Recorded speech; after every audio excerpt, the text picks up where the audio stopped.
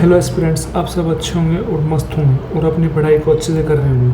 आज मैं आपको DSSB TGT SST का 7 नवंबर का फर्स्ट शिफ्ट का रीजनिंग के क्वेश्चंस करवा रहा हूँ। आइए करते हैं। पहला क्वेश्चन देखो। पहले क्वेश्चन में ये हमें श्रृंखला दे रखी है 24, 19, 15, 12, 10 नेक्स्ट बतानी है हमें। तो इसमें कैसे दिया, सबसे पहले इसमें -5 रखा है। 24 - 5 19, 19 - 4 15, फिर 15 - 3 12 और 12 - 2 10 और अब होगा 10 - 1 9। तो option second is correct answer. Second question देखो। सेकंड क्वेश्चन में बताया एक अंग्रेजी वर्णमाला क्रम दे रखी है, उसमें इन्होंने बताना है कि कौन सा सबसे अलग है। जैसे हमारे पास है MFY UNG SLOOHA, तो इनकी नंबरिंग लिख लो। सबसे पहले 13, इसकी 6, इसकी 25, इसकी 21 14 7, इसकी 19 12 और 15, इसकी 15 8 और 1। आपको नंबरिंग याद कर लेनी है। अब कैसे करेंगे, अब 13 - 7 6 बन गया और 6 - 7 25 बन गया। ऐसे ही 21 - 7 14 बन गया, 14 - 7 7 बन गया। ऐसे ही 15 - 7 8 बन गया और 8 - 7 1 बन गया। ऐसे ही ये बन गया 19 - 7 12 और 12 - 3 बन रहा है। तो ये ऑप्शन सबसे अलग है, तो ऑप्शन हो जाएगा SLO वाला। Option third is correct answer. I hope समझ में आया होगा। थर्ड क्वेश्चन देखते हैं। थर्ड क्वेश्चन बोल रहे 6 मित्र है, अमर, बिंदु, कैरोल, डॉन, ईशा, फजल और एक गोलमेज पारित में उसके केंद्र की ओर अभिमुख करके बैठा। मतलब कि एक गोलमेज है, इस टाइप से एक गोलमेज है जिसमें 6 मित्र बैठे हैं, 1 2 3 4 5 6। ठीक, वे सारे अंदर को मुंह करके बैठे हैं, सेंटर की ओर मुंह करके बैठे। तो इसने बोला है बिंदु जो है अमर के दाएं तीसरे स्थान पे बैठा है। बिंदु जो है अमर के दाएं तीसरे स्थान पे बैठा है। तो मान ले अमर है यहाँ पे, अमर के दाया तीसरा पड़ेगा कौन सा वाला, अमर का दाया तीसरा पड़ेगा इधर से। तीसरे नंबर पे कौन बैठी है, बिंदु। बिंदु ही क्या है ना इसमें, बिंदु 1 2 3, मतलब बिंदु यहाँ पे बैठी हुई। ठीक, फिर इसने बोला फजल बिंदु के ठीक बाएं पड़ोस में बैठा है। बिंदु के बाएं पड़ोस में बैठा फजल, बाएं पड़ोस पड़ेगा इधर, तो ये बन जाएगा फजल। ठीक, फिर बोला डॉन और बिंदु दोनों का निकटतम पड़ोसी कैरोल है। डॉन और बिंदु का, बिंदु ये तो डॉन यहाँ पे होगा, सॉरी, डॉन और बिंदु का निकटतम पड़ोसी कैरोल है, तो कैरोल यहाँ पे होगा। कैरोल का पड़ोसी हो गया डॉन और कैरोल का पड़ोसी हो गया बिंदु। ठीक, तो हमसे पूछ रहे हैं निम्नलिखित में से कौन ईशा के ठीक बाएं पड़ोस में बैठा है। ईशा के ठीक बाएं पड़ोस में, तो देखो बची हुई ईशा ही है, ईशा यहाँ पे, और ईशा का ठीक बाएं कौन पड़ेगा, अमर। तो option first is correct answer. Fourth question देखते हैं। फोर्थ में बोल रहा है ए का मतलब है डिवाइड, बी का मतलब मल्टीप्लाई, सी का मतलब प्लस और डी का मतलब माइनस। तो 64 सी हो जाएगा +4, डी हो जाएगा -12, बी हो जाएगा ×3 और ए हो जाएगा /4। अब करेंगे 64 + 4 68, -12 × 3 36, 36 - 4 9, तो आंसर आ जाएगा 59। तो option third is correct answer. ऐसे अब फिफ्थ क्वेश्चन देखते हैं। फिफ्थ क्वेश्चन में हमें एक कथन दे रखा है, एक निष्कर्ष दे रखा है, तो हमें बताना कौन सा सही है। तो पहला कथन दे रखा, कुछ राजा राजकुमार है और कुछ राजकुमार मंत्री है और सभी मंत्री सेनापति है। तो पहला निष्कर्ष क्या दे रखा, कुछ राजकुमार सेनापति है। राजकुमार पहले वाली स्टेटमेंट में और सेनापति है तीसरे वाले में। तो क्या पहली और तीसरी में कोई कॉमन है, नहीं है, तो तीनों स्टेटमेंट लेनी पड़ेगी। पहली दूसरी स्टेटमेंट ली, कुछ राजा राजकुमार है, तो राजा 50 है, राजकुमार 50 है। इसमें सेकंड वाले में राजकुमार 50 है और मंत्री 50 है। तो इसका मतलब है जो कॉमन आ रहा है राजकुमार, तो कॉमन वाली चीज़ हमें हमारी एक शो होनी चाहिए थी, तो कोई भी शो नहीं है। जब कोई भी शो नहीं है तो हम उस चीज़ को एक स्टेटमेंट में कन्वर्ट नहीं कर सकते, क्योंकि एक में कन्वर्ट करने के लिए हमें उस चीज़ में एक कॉमन चाहिए होता है। जो भी हमारा कॉमन होता है उस कॉमन में एक 100 चाहिए होता है। तो कॉमन था राजकुमार। राजकुमार पहली स्टेटमेंट में भी 50 है, और सेकंड वाले स्टेटमेंट में भी 50 है, तो इन दोनों में से एक 50 होना चाहिए था पर नहीं है, तो इसका मतलब स्टेटमेंट बन नहीं सकती। जब स्टेटमेंट नहीं बन सकती तो निष्कर्ष पहला तो गलत। अब नेक्स्ट वाला देखो, कुछ राजा सेनापति हैं। राजा और सेनापति कौन से स्टेटमेंट से बनेगा? राजा और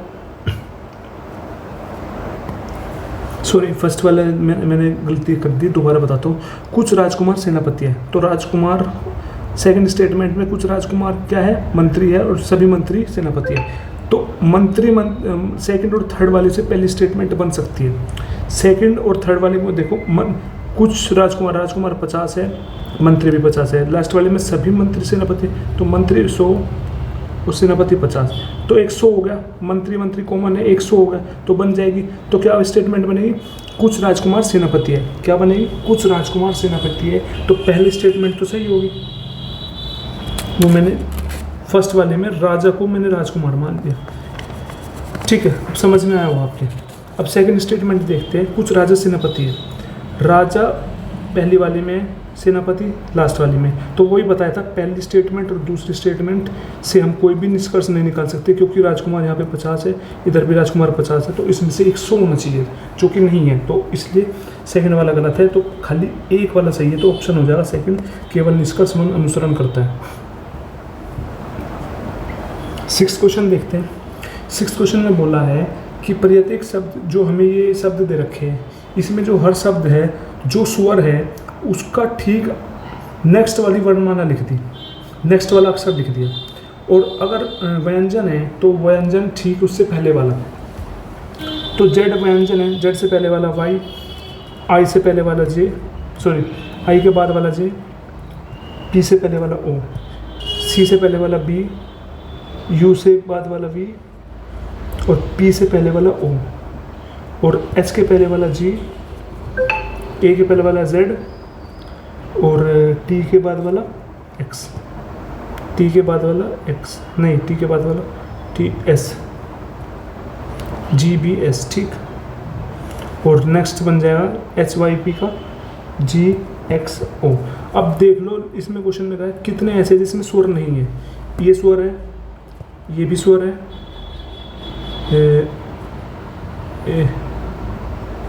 जी वाला ये भी स्वर है, खाली एक ऐसा है जिसमें स्वर नहीं है, तो option second is correct answer.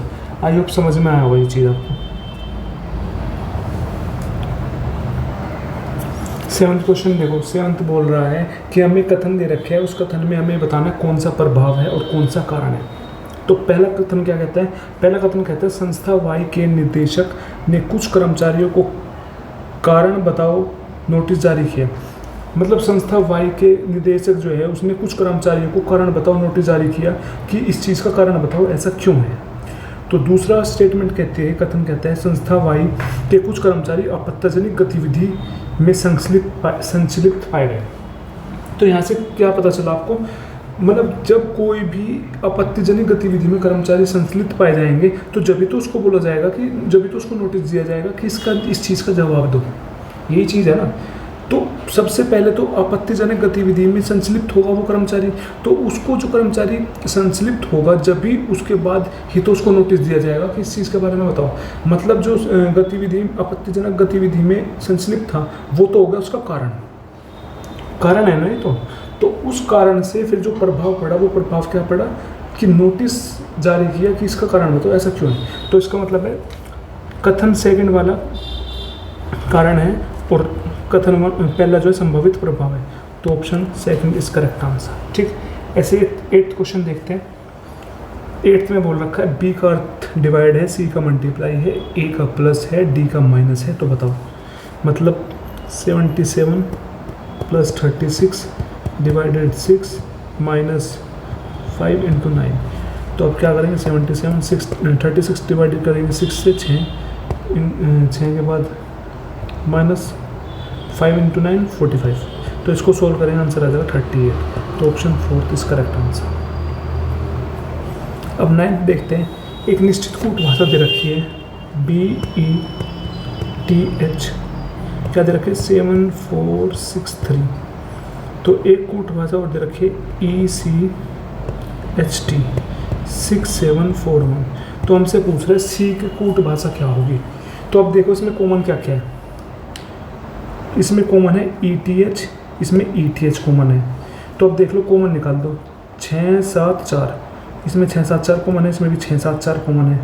तो हमसे सी पूछ रहा है, सी बच गया, तो सी की क्या होगा 1, तो सी की कूट भाषा होगी 1, तो ऑप्शन 4 इज करेक्ट आंसर। ठीक है, अब 10th क्वेश्चन देखते हैं। 10th क्वेश्चन क्या बोलता है। 10th क्वेश्चन हमें कह रहा है कि रोकी बिंदु ए से चलना शुरू करता है। तो रोकी जो है बिंदु ए है, क्या है बिंदु ए, यहाँ से चलना शुरू किया। यहाँ से चलने के बाद इसने कहा है कि वो पूर्व की ओर 5 किलोमीटर चला। भाई यहाँ से पूर्व की ओर चल दिया 5 किलोमीटर, ये चल दिया पूर्व की ओर 5 किलोमीटर। ठीक, फिर उसने बोला है, फिर वह बाया मुड़ता और 3 किलोमीटर चलता है। बाया मुड़ा 3 किलोमीटर चल दिया। ठीक, फिर वह बाया मुड़कर 8 किलोमीटर चलता है। बाया मुड़ा 8 किलोमीटर चला, मतलब यहाँ तक होगी 5, ये होगी 3 किलोमीटर।